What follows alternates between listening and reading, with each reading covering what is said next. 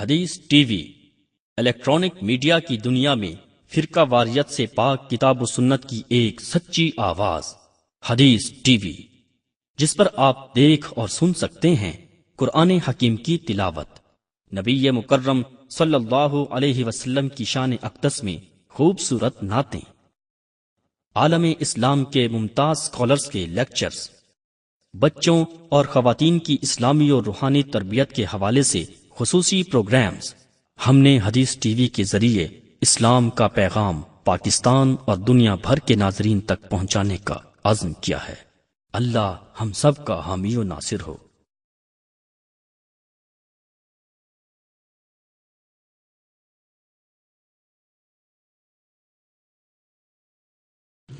الحمد لله نحمده ونستعينه ونستغفره ونعوذ بالله من شرور أنفسنا ومن سيئات أعمالنا، من يهده الله فلا مضل له ومن يضلل فلا هادي له، وأشهد أن لا إله إلا الله وحده لا شريك له، وأشهد أن محمدا عبده ورسوله، أما بعد فإن خير الحديث كتاب الله، وخير الهدي هدي محمد صلى الله عليه وسلم، وشر الأمور محدثاتها وكل محدثة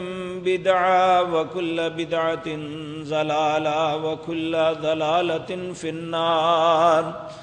رب اشرح لي صدري ويسر لي أمري واحلل عقدة من لساني يفقهوا قولي۔ اللهم انفعنا بما علمتنا وعلمنا ما ينفعنا وزدنا علما۔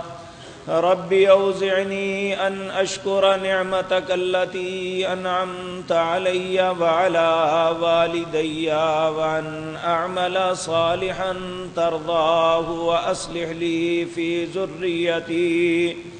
وأصلح لي في ذريتي إني تبت إليك وإني من المسلمين۔ أعوذ بالله السميع العليم من الشيطان الرجيم، بسم الله الرحمن الرحيم۔ يا أيها الذين آمنوا استجيبوا لله وللرسول إذا دعاكم لما يحييكم، واعلموا أن الله يحول بين المرء وقلبه وأنه إليه تحشرون۔ واتقوا فتنة لا تصيبن الذين ظلموا منكم خاصة، واعلموا ان اللہ شدید العقاب۔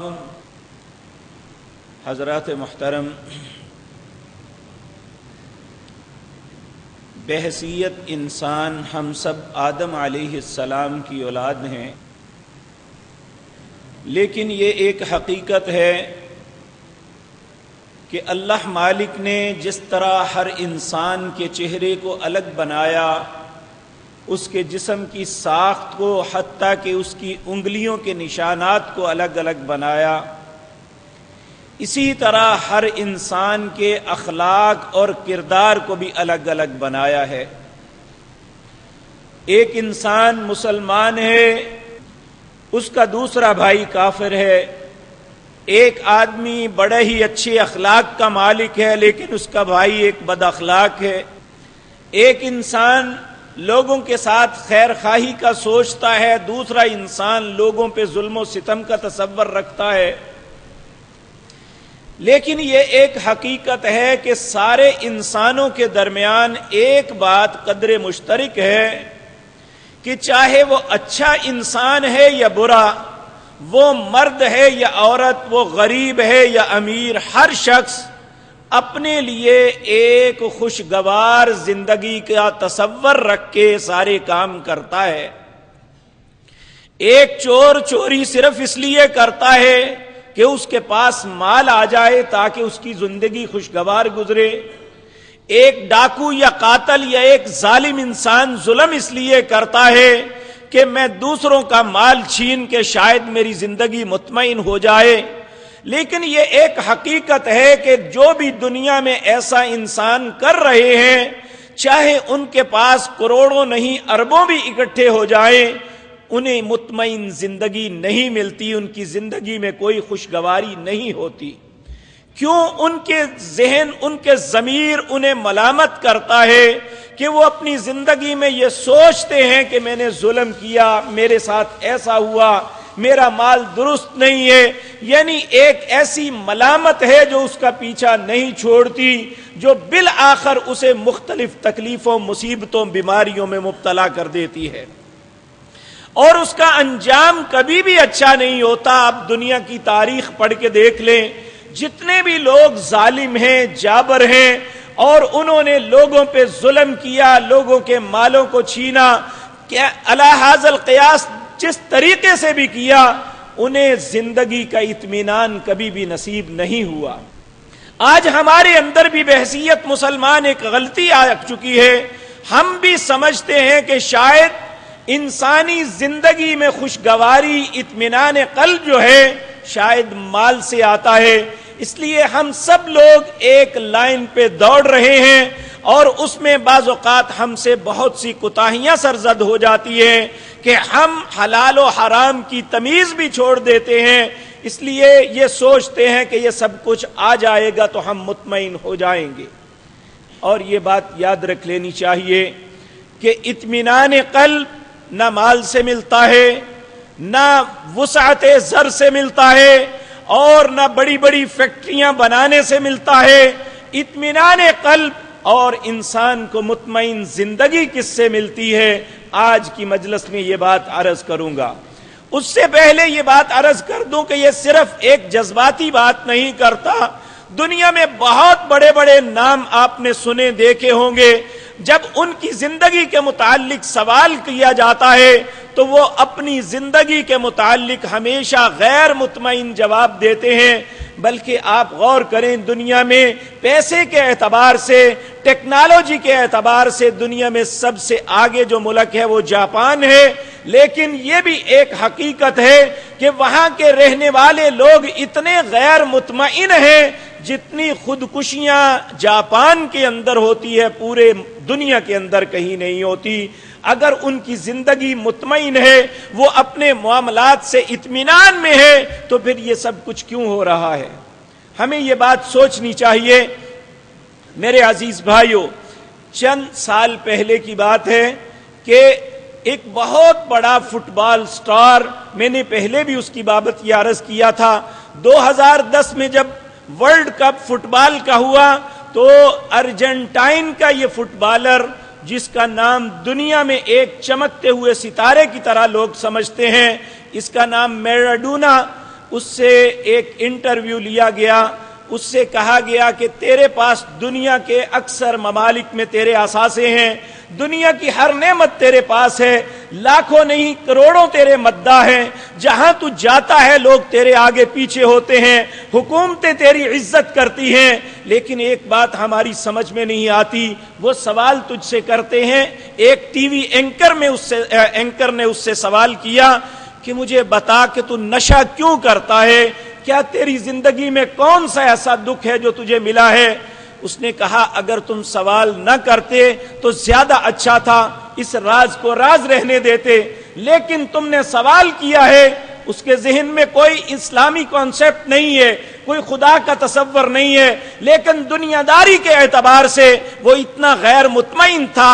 وہ رو کے کہنے لگا مجھے بتاؤ میں نشہ کیوں نہ کروں، اپنے سکون کے لیے یہ جد و جہد کیوں نہ کروں، جبکہ مجھے کوئی پتہ نہیں ہے. مجھے صرف یہ اب تک معلوم ہوا ہے کہ فلاں گاؤں کے فلاں ہسپتال میں ایک عورت چھوڑ گئی تھی، مجھے یہ بھی نہیں پتا وہ میری ماں ہے یا کوئی اور عورت تھی، اور مجھے اپنے باپ کے متعلق بھی کوئی علم نہیں. میں اس دولت کو کیا کروں، میں اس دنیا میں اپنے مداحوں کی مداحی کا کیا کروں کہ جب کہ مجھے علم نہیں میرا باپ کون ہے، میری ماں کون ہے، یہ میرا بہن بھائی کون ہے.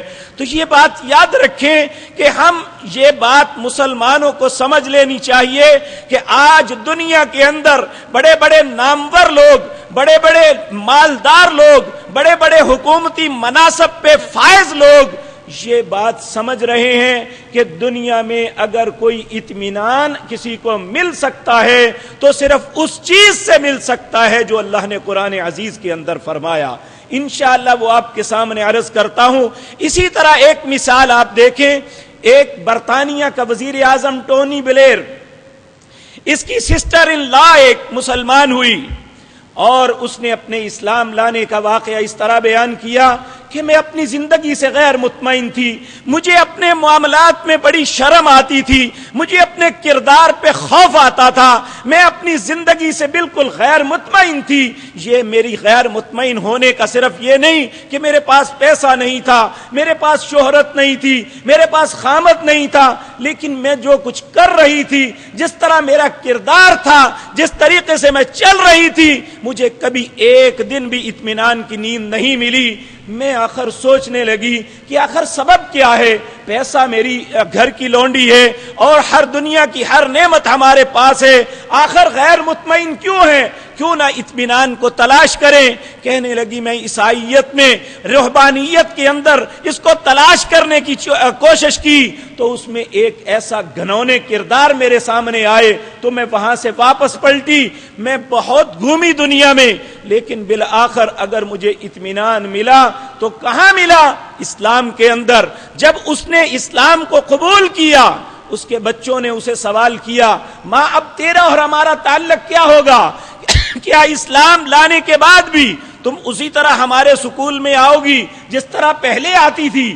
وہ کہنے لگی نہیں، اب میں اپنا حجاب کے اندر، پردے کے اندر، اچھے لباس کے اندر تمہیں ملنے کے لیے آؤں گی. وہ کہنے لگے ماں جب تم ہمارے سکول میں آتی تھی تو تمہارا لباس دیکھ کے ہمیں شرم آیا کرتی تھی. ایک غیر مسلمان، لیکن یہ انسان کی فطرت ہے کہ وہ بے حیائی کو اگر وہ غور سے دیکھے، سوچے، اسے کبھی بھی پسند نہیں آئے گی. تو اس نے کہا ہمارے ساتھ تمہارا تعلق کیا ہوگا؟ وہ کہنے لگے تم میرے بچے ہو، پہلے تم ہاسٹل میں رہتے تھے، اب میں تمہاری پرورش کروں گی. اور انہوں نے، بچوں نے بھی اسلام کو قبول کیا. اور اس کے بعد آج ان کے ویوز یہ ہیں، دنیا کے اخبارات بے شک ان کے خلاف غلاظت بکتے رہیں، لیکن یہ انڈرسٹوڈ بات ہے، یہ ایک بالکل روزے روشن کی طرح باتیں ہیں کہ انہوں نے کہا جو اطمینان اللہ نے ہمیں دین کے اندر، ہمیں اسلام کے اندر عطا کیا ہے، ہم اس اطمینان کو ساری عمر ترستے رہے ہیں. تو میرے عزیز بھائیو یہ بات یاد رکھیں، ہم میں سے ہر شخص، وہ مرد ہے یا عورت، وہ بچہ ہے یا بڑا، وہ غریب ہے یا امیر، ایک خوشگوار زندگی کا متمنی ہے کہ اس کی زندگی مطمئن گزر جائے. تو اس کے لیے اللہ قرآن عزیز کے اندر اصول بتاتا ہے. اگر ان اصولوں کو ہم اپنا لیں گے تو یقینی بات ہے ہم سب لوگ انشاءاللہ ایک مطمئن زندگی بسر کریں گے. وہ اصول اور قانون کیا ہے؟ اللہ فرماتے ہیں من عمل صالحا من ذکر او انثى فلنحيينه حیاتا طیبہ. جو شخص ایماندار، من عمل صالحا، جو شخص نیک عمل کرے گا، من ذکر او انثى، چاہے وہ مرد ہے یا وہ عورت ہے، وہو مؤمن، شرط یہ ہے کہ نیک عمل کے ساتھ اس کے پاس ایمان کی نعمت بھی ہونی چاہیے. من عمل صالحا من ذکر او انثى فَلَنُحْيِيَنَّهُ حَيَاةً طَيِّبَةً، میں اس کا رب یقین دلاتا ہوں کہ اسے بہترین زندگی عطا کروں گا. تو میرے عزیز بھائیو، اگر ہم مطمئن زندگی چاہتے ہیں، اگر اطمینان قلب چاہتے ہیں، ایک خوشگوار زندگی جینا چاہتے ہیں، تو پھر سارے تجربات کو چھوڑ دیجئے. جو تجربہ اللہ بتاتے ہیں، جو اس نے اپنے پیغمبر پہ پاک کتاب نازل کی ہے، جس کتاب کو قرآن عظیم کے نام سے ہم جانتے ہیں، اس میں یہ اصول اور قانون اللہ بتاتے ہیں. من عمل صالحا من ذکر او انثى فلنحيينه حیاة طیبہ ولنجزینہم احسن ما كانوا يعملون. اور اس کے بعد پھر اس کی زندگی یہیں پہ ختم نہیں ہے. اس کے بعد جب اگلی زندگی ہوگی وَلَنَجْزِيَنَّهُمْ، میں اسے بدلہ دوں گا اس زندگی کے اچھے اعمال کا. تو اب یہ دیکھیں، یہ اطمینان کیا ہے کہ انسان اپنی زندگی کے متعلق اگر وہ عمل صالح کرتا ہے، نیک اعمال کرتا ہے، اللہ پہ ایمان رکھتا ہے، اور یہ بات یاد رکھیں کہ اس کا ضمیر کبھی غیر مطمئن نہیں ہوگا، کیونکہ ایماندار آدمی کسی پہ ظلم نہیں کرتا، کسی کا مال نہیں چھینتا، وہ اللہ رب العزت کی نافرمانی کا کوئی کام نہیں کرتا. وہ ایسی سوچ کو اپنے ذہن سے کھرچ دیتا ہے کہ میں ایک ایماندار ہوں، میں نے رب کو اپنا رب مانا، میں نے اس کے حکم کے مطابق اپنی زندگی بسر کرنی ہے. میرے عزیز بھائیو، اللہ کو ماننے میں سب سے اہم بات یہ ہے کہ اللہ رب العزت قرآن عزیز کے اندر فرماتے ہیں وَعَلَى اللَّهِ يَتَوَكَّلِ الْمُؤْمِنُونَ، جو اہل ایمان ہیں انہیں تو صرف اپنے رب پہ بھروسہ کرنا چاہیے.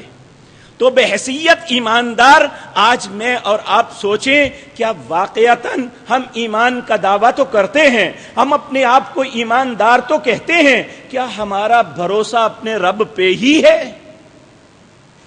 اگر تو ایسا نہیں ہے تو پھر اپنے ایمان کے معاملے میں ہم نظر ثانی کریں، ہم سوچیں کہ ہم سے کہیں غلطی ہو رہی ہے جس کی وجہ سے ہماری زندگی مطمئن نہیں ہے، ہم اطمینان میں نہیں آ رہے، کیونکہ یہ اللہ نے قانون اور اصول بتایا کہ صرف نیک عمل کافی نہیں ہے. ہم میں سے کوئی انسان اگر یہ سوچے کہ وہ نیک عمل تو کرتا ہے لیکن ایمان کے معاملے میں کمزوری ہوگی تو پھر یہ نصیب نہیں ہوگا. تو سب سے بڑی بات یہ ہے کہ ہم ایماندار بنیں، اور ایماندار کے لیے ضروری ہے وَعَلَى اللَّهِ يَتَوَكَّلِ الْمُؤْمِنُونَ، جو مومن ہیں انہیں تو صرف اپنے رب پہ بھروسہ کرنا چاہیے. آج بحیثیت مسلمان ہم سوچیں، اگر ہمارے اوپر مصیبت آتی ہے یا ہم کسی تکلیف میں مبتلا ہوتے ہیں، کوئی بھی معاملہ ہمارے ساتھ بن پڑتا ہے، ہم ایک تعویذ پہ، کسی مولوی کے دم پہ، کسی ڈاکٹر کے نسخے پہ وہ اعتماد کرتے ہیں، اللہ پہ نہیں کرتے ہیں. حالانکہ سب سے بڑے اپنی مرض کے ڈاکٹر آپ خود ہیں. اللہ نے سارے معاملات آپ کو بتلائے ہیں. اللہ آپ کی دعا کو دوسروں سے بہتر سنتا ہے. وہ خود قرآن عزیز میں کہتا ہے اَمَّن يُجِيبُ الْمُضْطَرَّ إِذَا دَعَاهُ وَيَكْشِفُ السُّوءَ، جب بھی کوئی مضطر تکلیف میں مبتلا، کسی درد میں، کسی مصیبت میں مبتلا، اَمَّن يُجِيبُ الْمُضْطَرَّ إِذَا دَعَاهُ، مجھ سے مانگتا ہے، مجھ سے طلب کرتا ہے، مصیبت سے نکلنے کا رستہ مانگتا ہے، کہتے اللہ فرماتے ہیں میں اس کی دعا کو قبول کرتا ہوں. وَيَكْشِفُ السُّوءَ، اس مصیبت سے اسے نجات دے دیتا ہوں. کیا ہمارا اعتماد ہے کہ واقعتاً ہمارا رب ہی مصیبتوں سے ٹالنے والا ہے؟ یقین مانیے ہم میں سے اکثر بھائی، اکثر بہنیں اس معاملے میں فیل ہو جاتی ہیں، چاہے کہنے والا ہے یا آپ سننے والے ہیں. جب ہم اپنے رب پہ اعتماد ہی نہیں کریں گے، اس سے بڑی بدقسمتی یہ ہے کہ ہمارے علماء لوگوں کو درس یہ دیتے ہیں کہ وسیلے کے بغیر اللہ نہیں ملتا. دیکھو، اور کیسی عجیب مثال دی جاتی ہے. دیکھیں، اگر چھت پہ چڑھنا ہو تو سیڑھی کی ضرورت ہوتی ہے تو اللہ ویسے ہی مل جاتا ہے. کیا ایک چھت اور اللہ کا معاملہ یہ مثال برابر ہے؟ اللہ تو کہتے ہیں نحن اقرب الیہ من حبل الورید، میں تو تیری رگے جان سے زیادہ قریب ہوں. تو ایک چھت کے ساتھ اللہ کی مثال شاید ان کے ذہنوں میں سوچ بھی نہیں آتی.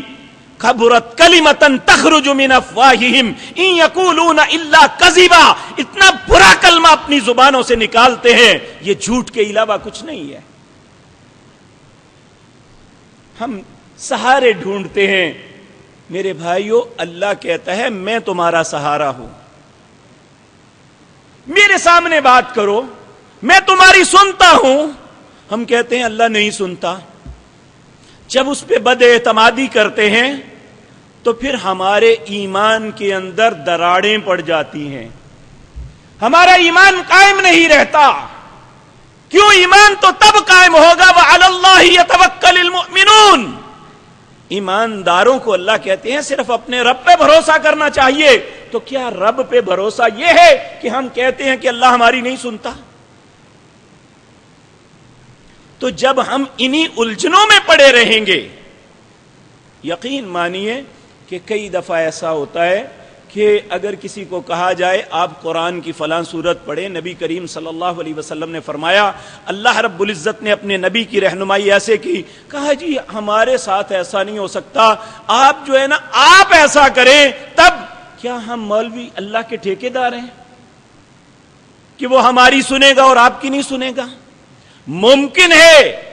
آپ دیکھیں، یقین مانیے، یہ میں پورے دعوے کے ساتھ بات کہتا ہوں، بعض اوقات ایک شخص جو علم رکھنے والا ہے وہ اپنی بات کرتا رہتا ہے، اور ایک غیر علم رکھنے والا متوکل بن کے اپنے رب سے مانگتا ہے تو اس سے پہلے آگے چلا جاتا ہے. تو اس لیے ہمیں خود اپنے رب پہ توکل کرنا چاہیے. ایمان کی سب سے پہلی بات ہی یہ ہے کہ ہمارا اپنے رب پہ توکل کتنا ہے. اب جب توکل نہیں ہوگا تو پھر ہمارے پاس ایمان کی نعمت نہیں ہوگی. جب ایمان کی نعمت نہیں ہوگی تو پھر یقین مانیے ہمارے نیک اعمال کی کوئی حیثیت نہیں ہے. اللہ اس نیک عمل کو صرف قبول کرتے ہیں جو ایمان کی حالت میں کیا جائے. جب ہم اپنے رب کے معاملے میں متزلزل ہوں گے، شک اور شبے میں مبتلا ہوں گے، آپ دیکھیں بحیثیت انسان میں اور آپ، ہم میں ایک دوسرے سے تعلق ہے. اگر میں آپ پہ بد اعتمادی کروں تو کیا آپ میری عزت کریں گے؟ مجھے اچھا سمجھیں گے؟ میں ہر بات میں آپ پہ بد اعتمادی کروں، اگر بحیثیت انسان ہم یہ بات پسند نہیں کرتے کہ کوئی شخص بحیثیت دوست ہم پہ بد اعتمادی کرے، تو کیا رب دوست ہوتے ہوئے اس پہ بد اعتمادی کرے تو وہ جانے دے گا؟ اور یاد رکھیں، یہ بد اعتمادی ہی انسان کو شرک کی گندگی میں لے جاتی ہے کہ انسان اللہ پہ توکل نہیں کرتا، اللہ کو چھوڑ کے غیروں کے پاس انسان جانا شروع ہو جاتا ہے، پھر ان کے ساتھ اپنی امیدیں وابستہ کرتا ہے، ان کے سامنے اپنی التجائیں کرتا ہے، ان کے سامنے اپنی دعائیں مانگتا ہے، اور انہیں کہتا ہے کہ تم اللہ تک پہنچاؤ، جبکہ وہ خود بیچارہ اللہ کے ہاں وہ دنیا میں زندہ نہیں ہے، وہ فوت ہو چکا، وہ قبر میں مدفون ہے. اگر مدفون نہیں بھی ہے، زندہ بھی ہے، تو کہاں سے اس نے ٹھیکیداری لکھوائی ہے کہ یہ شخص بات کرے گا تو اللہ قبول کریں گے، دوسرا کرے گا تو اللہ قبول نہیں کریں گے؟ اس لیے اپنے آپ پہ اعتماد کرو. ہم مسلمان ہیں اور بحیثیت ایماندار وعلی اللہ یتوکل المؤمنون، ایمانداروں کو صرف اپنے رب پہ توکل کرنا چاہیے. دنیا کے سارے سہاروں کو چھوڑ دو، دنیا کے سہارے کوئی حیثیت نہیں رکھتے. تو اگر ہم ان دونوں چیزوں پہ پورے اتریں گے، من عمل صالحا من ذکر او انثى فلنحيينه حیاتا طیبہ، اللہ کہتے ہیں میں ایسی بہترین زندگی دوں گا، حیات طیب، زندگی بھی، اور طیب کہتے ہیں بالکل صاف شفاف، جس میں کوئی کسی قسم کی بات نہ ہو، اور طیب زندگی اللہ رب العزت عطا کریں گے. اور یاد رکھیں کہ ایک ایماندار آدمی اپنے رب پہ اتنا بھروسہ کرتا ہے کہ اگر اس کے پاس مال ہے تو وہ اسے اللہ کی عطا سمجھ کے وہ اپنے بھائیوں میں، غرباء اور مساکین میں خرچ کرتا ہے. وہ مطمئن ہے اپنی زندگی پہ، یہ مجھے رب نے دیا ہے، یہ میرا نہیں ہے، اور میرے رب نے میری عزت افزائی کی ہے، تو میں کیوں اپنے بھائیوں کو پیچھے چھوڑوں؟ اور جب وہ عطا کرتا ہے، دیکھیں جو خیر خواہ انسان ہوتا ہے ہر طرف سے اس کے لیے دعاؤں کے لیے ہاتھ اٹھتے ہیں. کتنی خوشی محسوس کرے گا وہ انسان جب ہر زبان سے اس کے لیے اچھے کلمات اور خیر کی باتیں نکلے گی کہ اس نے فلاں کے ساتھ بھلائی کی، اس نے فلاں کا کام کیا، یہ فلاں کی مدد کرتا رہا، یہ فلاں کے ساتھ ایسے معاملے کرتا رہا. اب دیکھیں کتنی خوش نصیبی کی بات ہے کہ ہر طرف سے اس کے لیے بہترین گواہیاں آ رہی ہیں، اور یہی گواہیاں تو اللہ قبول کرنے والے ہیں۔ نبی کریم صلی اللہ علیہ وسلم کے سامنے ایک جنازہ گزرا، لوگوں نے اس میت کے متعلق بڑے خیر کے کلمات کہے، یہ بڑا اچھا تھا، یہ نمازی تھا، یہ سچا تھا، لوگوں کے ساتھ خیر خواہ تھا۔ آپ نے فرمایا وجبت۔ ایک اور جنازہ گزرا، اس کے متعلق لوگوں نے کوئی اچھے کلمات نہ کہے، آپ نے اس کے متعلق بھی فرمایا وجبت۔ لوگ بڑے حیران ہوئے، کہنے لگے یا رسول اللہ اس کے لیے اچھی گواہی دی، آپ نے اس کے لیے بھی کہا وجبت، اور دوسرے کے لیے بری گواہیاں ہوئیں، آپ نے اس کے لیے بھی واجبت فرمایا۔ آپ نے فرمایا اس کے لیے جنت واجب ہو گئی، اس کے لیے جہنم واجب ہو گئی، کیونکہ دنیا میں تم گواہ ہو۔ اور یاد رکھیں یہ کوئی خوبصورت زندگی نہیں ہے کہ ہر انسان ہمارے متعلق بد کلامی کرتا رہے، ہر انسان ہمارے متعلق بری رائے رکھے۔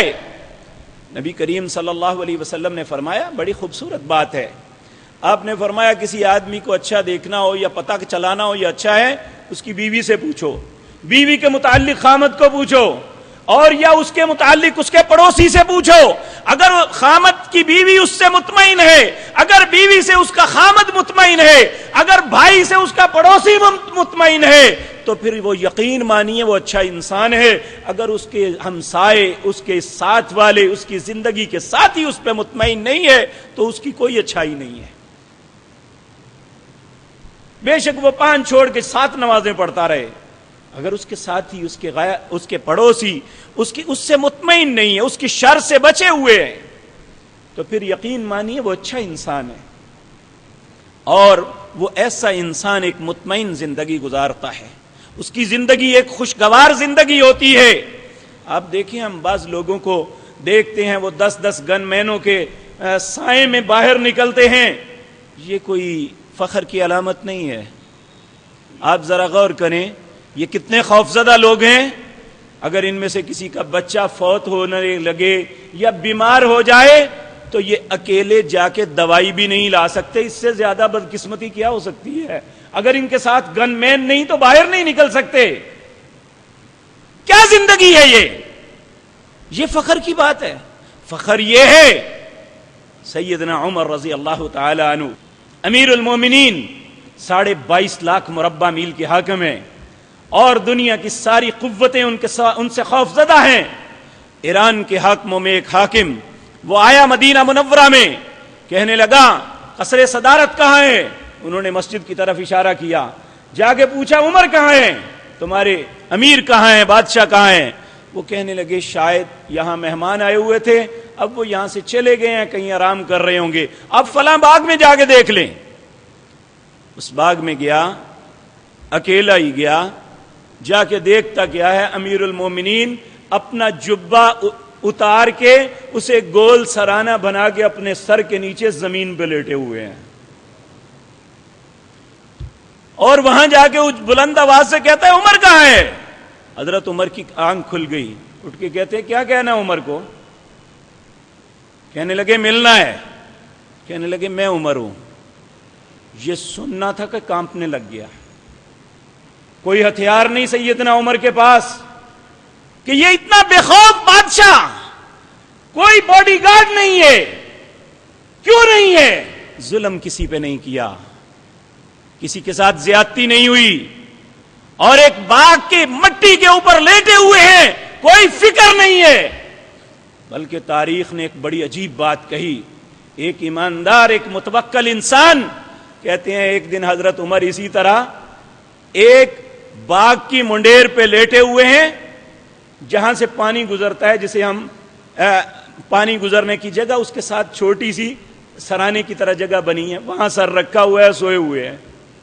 دھوپ آ گئی، دھوپ آئی تو ایک سانپ آیا، اس نے اپنا پھن پھیلا کے اپنے آپ کے چہرے کے سامنے رکھ دیا کہ ان کے چہرے پہ دھوپ نہ پڑے۔ سانپ انسان کا دشمن ہے، یہ کبھی انسان کے ساتھ وفا نہیں کرتا، لیکن جو شخص اپنے رب سے وفا کرتے ہیں اللہ ان کو ایسے معجزات اور کرامتوں سے نوازتے ہیں۔ تو ہم بھی سوچیں، ہم بھی مسلمان ہیں، ہم نے بھی اسی رب کا کلمہ پڑھا ہے، ہم بھی اسی نبی کے اتباع کرنے کے دعوے دار ہیں، ہم بھی اسی نبی کے ساتھی ہونے کے دعوے دار ہیں، ہم آپ کے امتی ہیں جن کی امت حضرت عمر رضی اللہ تعالی عنہ تھے۔ وہ اپنے ایمان میں متوکل تھے، ہم اپنے ایمان میں متذبذب ہیں۔ ہمارا اور ان کا فرق یہ ہے، کاش اللہ ہمیں بھی توکل کی نعمت سے نواز دے۔ جب ہمارے اندر توکل ہوگا، ہم اپنے رب پہ بھروسہ کریں گے اور اپنے رب کے علاوہ کسی کی پرواہ نہیں کریں گے، اللہ رب العزت آپ کی پرواہ کرے گا، اللہ آپ کے علاوہ کسی کی پرواہ نہیں کرے گا۔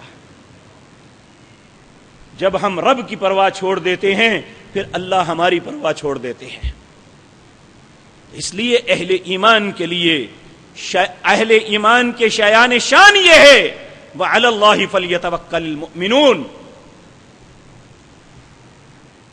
اسی طرح ایک مقام پہ اللہ نے اور بڑا خوبصورت کلمہ کہا، إِنَّ الَّذِينَ آمَنُوا وَعَمِلُوا الصَّالِحَاتِ طُوبَى لَهُمْ۔ جو شخص ایماندار بن جائے، پھر نیک عمل کرے، اپنی زندگی نیک اعمال میں گزارے، طوبیٰ لہم، میں اسے خوشگوار زندگی عطا کروں گا۔ وحسن مآب صرف یہیں پہ ختم نہیں ہوگی، اس کا انجام اور ٹھکانہ بھی بہت خوبصورت ہوگا۔ تو کاش یہ چھوٹی سی بات اللہ مجھے اور آپ کو سمجھنے کی توفیق عطا فرما دے کہ ایمان اور نیک اعمال ایسی چیز ہیں، اور ایمان میں سب سے بڑی چیز اللہ پہ توکل ہے۔ اور اللہ رب العزت سورۃ طلاق کے اندر فرماتے ہیں، وَمَن يَتَوَكَّلْ عَلَى اللَّهِ فَهُوَ حَسْبُهُ۔ جو شخص اپنے رب پہ توکل کرتا ہے، اللہ اس کے لیے کافی ہو جاتا ہے۔ جو توکل نہیں کرتا، اللہ اسے اپنے دربار سے نکال دیتا ہے، اللہ اس پہ کراس لگا دیتا ہے کہ مجھے اس کی بات سننے کی ضرورت بھی نہیں ہے۔ وَمَن يَتَوَكَّلْ عَلَى اللَّهِ فَهُوَ حَسْبُهُ۔ اور اس کے بعد فرمایا، إِنَّ اللَّهَ بَالِغُ أَمْرِهِ۔ اللہ اپنے فیصلے میں خود مختار ہے، اس کے فیصلے کے اندر کوئی داخل نہیں ہو سکتا، اس کے فیصلے کو کوئی تبدیل نہیں کر سکتا، اس کے فیصلے میں کوئی تبدیلی لا نہیں سکتا، اور نہ ہی اللہ رب العزت کو کوئی انسان اپنا فیصلہ بدلنے پہ مجبور کر سکتا ہے۔ تو جب وہ ان اللہ بالغ امری اپنے فیصلوں میں خود مختار ہے، پھر ہمیں اپنے رب پہ ہی توکل کرنا چاہیے۔ ایمان کا تقاضا یہ ہے ہم اپنے رب پہ توکل کریں۔ تو اللہ سے دعا بھی مانگے، اللہ ہمیں توکل کی نعمت سے نوازے، کیونکہ جس شخص کو یہ نعمت مل گئی اسے خوشگوار زندگی انشاءاللہ مل جائے گی۔ ایمان میں دوسرا امر یہ ہے کہ اللہ نے اس دنیا کے اندر آئیڈیل اگر کسی کو بنایا ہے تو صرف محمد الرسول اللہ صلی اللہ علیہ وسلم۔ اللہ نے یہ لفظ کسی پہ نہیں بولا سوائے نبی پاک کے، لقد کان لکم فی رسول اللہ اسوۃ حسنہ۔ اگر ہم اپنی زندگی کو کسی زندگی کے متعلق کسی کی زندگی کو سامنے رکھ کے بہتر بنانا چاہتے ہیں تو صرف اور صرف محمد الرسول اللہ کی ذات ہے صلی اللہ علیہ وسلم۔ ہم دیکھیں کہ آپ کا چہرہ کیسا، آپ کا اخلاق کیسا، آپ کا کردار کیسا، آپ کا لباس کیسا، آپ کا معاملے میں معاشرت کے آداب کیا ہیں، آپ کی عبادات کیا ہیں، آپ کے زندگی کے معاملات کیسے ہیں۔ جیسے آپ نے کیے ویسے کرنے کی کوشش کریں تو ہماری زندگی میں خوشگواری آ جائے گی، کیونکہ اللہ رب العزت نے اسی کے اندر سب کچھ رکھا ہے۔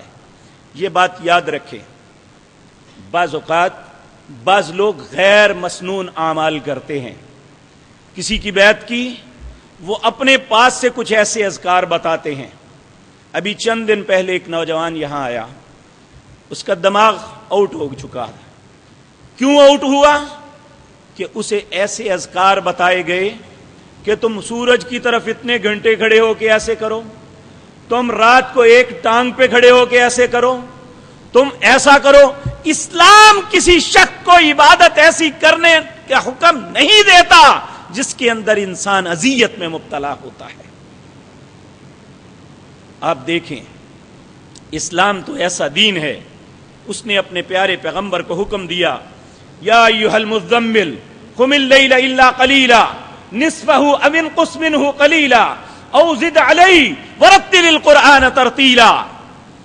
اے کمبلی اوڑھنے والے اٹھ جا، یا ایھا المزمل قم، کھڑے ہو جاؤ، اللیل الا قلیلا، رات کا کچھ حصہ، نصفہ نصف، او انقص یا اس سے کم 1/3، او زد علیہ یا اس سے زیادہ یعنی 2/3، ساری رات نہیں کہا۔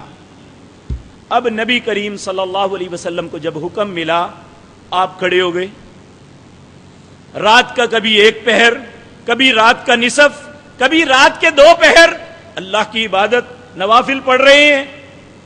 1 سال گزر جاتا ہے، 1 سال گزرنے کے بعد اللہ رب العزت خود ہی حکم فرماتے ہیں، ان ربک یعلم انک تقوم ادنی من ثلثی اللیل ونصفہ وثلثہ وطائفۃ من الذین معک۔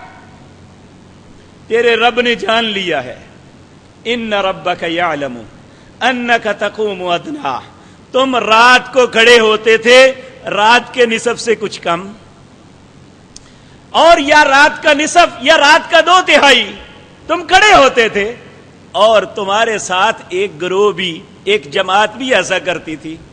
پھر کہا واللہ یقدر اللیل والنہار، دن اور رات پہ تو قدرت صرف اللہ کو ہے، تم نہیں کر سکتے۔ اب کیا کرو، فقرؤوا ما تیسر من القرآن، جتنا آسانی سے ہو جائے ویسا اتنا پڑھ لو، اللہ کو یہ بھی منظور ہے۔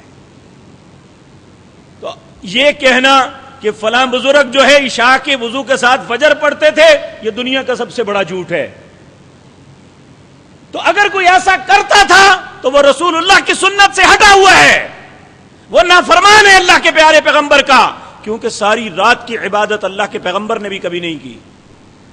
اور اسی طرح کہا جاتا ہے کہ میں فجر کے وضو سے رات عشاء تک کرتا ہوں، یہ ایسا پاگل پن ہے کہ نبی کریم صلی اللہ علیہ وسلم نے فرمایا جس کا وضو ہے وہ پھر نماز کے لیے وضو کرتا ہے، اسے دگنا اجر مل جاتا ہے۔ تو یہ لوگوں کو اجر سے بھگاتے ہیں،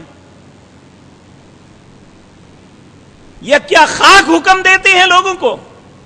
اور ان اذکار پہ اکتفا ہی نہیں جو اللہ کے نبی نے روز کیے ہیں۔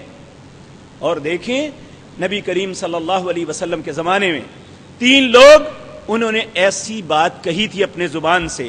حضرت عثمان بن مظعون ایک انتہائی نیک صحابی تھے، ان کے ساتھ 2 لوگ اور حضرت عائشہ کے پاس آئے، کہنے لگے اماں جان نبی پاک کے دن اور رات کے اذکار بتائیے۔ انہوں نے بتلائے، انہوں نے انہیں کم جانا کہ ہم اس سے زیادہ کریں۔ ایک نے کہا میں شادی نہیں کروں گا، دوسرے نے کہا میں ہمیشہ روزہ رکھوں گا، تیسرے نے کہا میں ہمیشہ ساری رات جاگ کے گزاروں گا۔ تھوڑی دیر گزری، نبی کریم صلی اللہ علیہ وسلم گھر تشریف لائے، اماں جی نے یہ صورتحال بتا دی کہ فلاں فلاں لوگ آئے تھے، انہوں نے یہ کہا۔ آپ فوراً واپس پلٹے، کہا انہیں بلا کے لاؤ۔ بلا کے لایا گیا، آپ نے پوچھا یہ کہا ہے؟ کہنے لگے ہاں۔ آپ نے فرمایا کیوں؟ اس لیے کہ اللہ آپ کے لیے تو جہنم کی آگ حرام ہے، اللہ نے جنت آپ کے لیے واجب فرما دی، ہم اس سے زیادہ کریں۔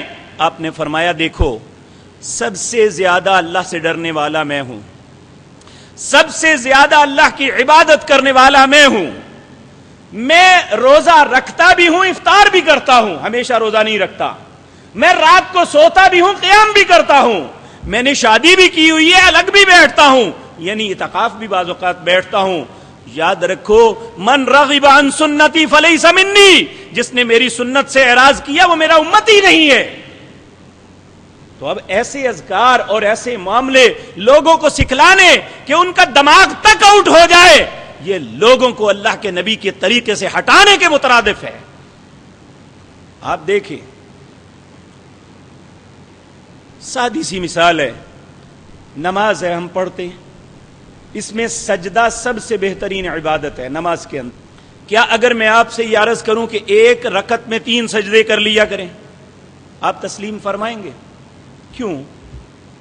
اگر ایک نماز کی رکعت میں 3 سجدے کرنے پہ آپ آپ تیار نہیں ہیں، اس لیے کہ آپ کو علم ہے کہ اللہ کے نبی نے 2 سجدے کیے تھے، جو ایک رکعت میں 3 کرے گا اس کی نماز برباد ہو جائے گی، تو دوسرے اعمال کے معاملے میں یہ کیوں نہیں سوچتے؟ وہاں کیوں کہتے ہیں یہ قرآن ہی تو پڑھا ہے، یہ ذکر ہی تو کیا ہے؟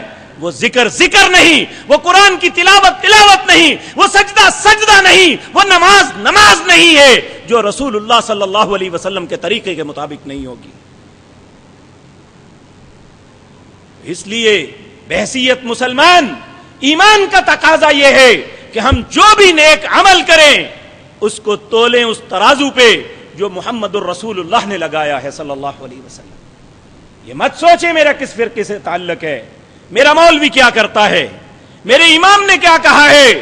مولوی، پیر، امام، مسلک، یہ سارے کے سارے جوتی کی نوک پہ جب اللہ کے رسول کا حکم آ جائے تو مسلمان کو دوسری کسی بات کی طرف نہیں دیکھنا چاہیے۔ تو ہمارے اندر یہ غلطی ہے، ہم اپنے فرقے کی آڑ میں ساری زندگی غلطیوں پہ مصر رہتے ہیں، اور پھر یہ بھی کہتے ہیں کہ سب کچھ کرتا ہوں زندگی میں اطمینان نہیں ہے۔ زندگی میں اطمینان اس وقت آئے گا جب میں اپنے ایمان کو درست کر لوں گا۔ ایمان کی درستگی سب سے پہلے اللہ پہ توکل، اور دوسری اپنے رسول کے طریقے کو اپنانا ہے۔ اگر یہ کر لیں گے تو انشاءاللہ ہم صاحب ایمان بن جائیں گے۔ تو اگر صاحب ایمان بنیں گے پھر اس طریقے کے مطابق جو نیک عمل کریں گے انشاءاللہ وہ ہماری زندگی کو خوشگوار بناتا چلا جائے گا۔ آپ ان پاک باز لوگوں کی زندگیوں کو دیکھیں، اللہ اکبر۔ ایک شخص کی بات یاد آ گئی، مصر کے ایک بہت بڑے عالم دین تھے سید قطب، آپ میں سے کئی لوگوں نے ان کا نام سنا ہوگا۔ یہ پہلے ایک کالج کے پروفیسر تھے، پھر انہیں ماہر تعلیم ہونے کی حیثیت سے وزارت تعلیم کا قلمدان دیا گیا، اور اس کے بعد انہیں اعلیٰ تعلیم کے لیے امریکہ بھیجا گیا۔ جب امریکہ گئے تو وہاں جا کے ان کے ماحول کو میں ایڈجسٹ نہ ہو پائے، بجائے اس بات کے ان کے رنگ میں رنگتے مسلمان بن گئے۔ پہلے صرف یہ اتنے مسلمان تھے کہ ابا جی بھی مسلمان ہیں، ہم بھی مسلمان ہیں، واقعتاً مسلمان بن گئے۔ جب واپس پلٹے تو ذہن ہی بدلا ہوا ہے۔ اللہ اکبر۔ تو مصر کی اس وقت کی حکومت، ناصر، اس کے بعد سادات، یہ سب بے دین اور دہریے لوگ تھے۔ انہیں یہ بات راس نہ آئی، قید کر دیا۔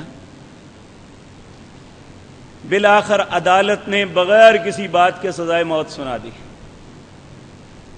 ایک دن ایک پولیس افسر آپ کے پاس آیا، کہنے لگا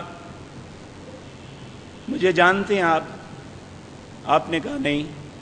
کہنے لگا آپ کا شاگرد ہوں اور میں ایک آفر لے کے آیا ہوں، میں نے بڑی مشکل سے یہ سارا کام کیا ہے، آپ اپنے نظریات کو ترک کر دیں اور اس زندگی سے نکل جائیں، آپ آرام کی زندگی بسر کریں۔ آپ ذرا غور کریں، کیفیت یہ تھی کہ روزانہ آپ پہ کتے چھوڑے جاتے تھے کہ یہ بندہ کسی طرح دل برداشتہ ہو کے ایمان کی حالت کو چھوڑ دے۔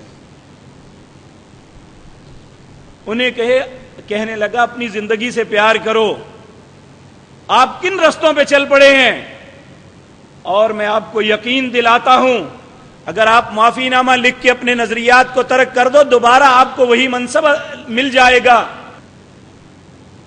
سے کہنے لگے زندگی کی بھیک دینے آئے ہو؟ میں اس رب ذوالجلال کی قسم کھا کے کہتا ہوں مجھے تو زندگی کا پتہ ہی اب چلا ہے کہ انسان کی زندگی ہے کیا۔ مجھے تیری بادشاہتیں، تیری وزارتوں کی ضرورت نہیں ہے، میں اس جیل کی زندگی میں مطمئن ہوں جس کا انجام جنت ہے۔ مجھے تمہاری زندگی اور تمہاری وزارتوں کی جہنم نہیں چاہیے۔ اور قتل کی کوٹھڑی کے اندر قرآن کی تفسیر لکھی، فی ظلال القرآن، قرآن کے سائے میں، دنیا کی مایا ناز تفسیر ہے۔ اگر کوئی جدید ذہن کا انسان کسی اچھی تفسیر کو پڑھنا چاہتا ہے تو اس کا اردو ترجمہ بھی آ گیا ہے، فی ظلال القرآن ان کی تفسیر ہے۔ اس بندے نے صرف ذہنی حافظے کی بنیاد پہ دیواروں پہ سارا کچھ لکھ دیا تھا۔ تو میرے عزیز بھائیو، دین جو ہے یہ ایک ایسی چیز ہے، ایمان ایک ایسی دولت ہے، یہ ایک ایسا خزانہ ہے جس انسان کے نصیب میں ہو جائے اس کے سامنے پھانسی کی کوٹھڑی بھی کوئی حیثیت نہیں رکھتی، اس کے عزم اس سے بھی بلند ہوتے ہیں۔ دنیا کی مصیبتیں اس کا کچھ نہیں بگاڑتی، اور جب ایمان کی نعمت نہ ہو تو چھوٹی سی مصیبت پہ لوگ خودکشیاں کر لیتے ہیں۔ تو بحیثیت مسلمان، ہم مرد ہیں یا عورت، ہمیں اگر بہترین زندگی چاہیے، ایک خوشگوار زندگی کے متمنی ہیں، تو یا ایھا الذین آمنو، اے ایمان کے دعوے دارو، استجیبوا للہ وللرسول، جو تمہیں اللہ اور اس کے رسول کہتے ہیں اسے مان لو۔ اس کے بعد ہماری اپنی مرضی ہے کہ ہم اپنی زندگی پہ مطمئن ہو کے خود فریبی میں اپنی زندگی بسر کرنا چاہتے ہیں، یا اللہ کی بات مان کے اپنی دنیا اور آخرت کی زندگی کو خوشگوار بنانا چاہتے ہیں۔ میں اللہ سے اپنے لیے اور آپ کے لیے دعا کرتا ہوں، اللہ ہمیں بہتر فیصلہ کرنے کی توفیق عطا فرمائے۔ اقول قولی ھذا واستغفر اللہ۔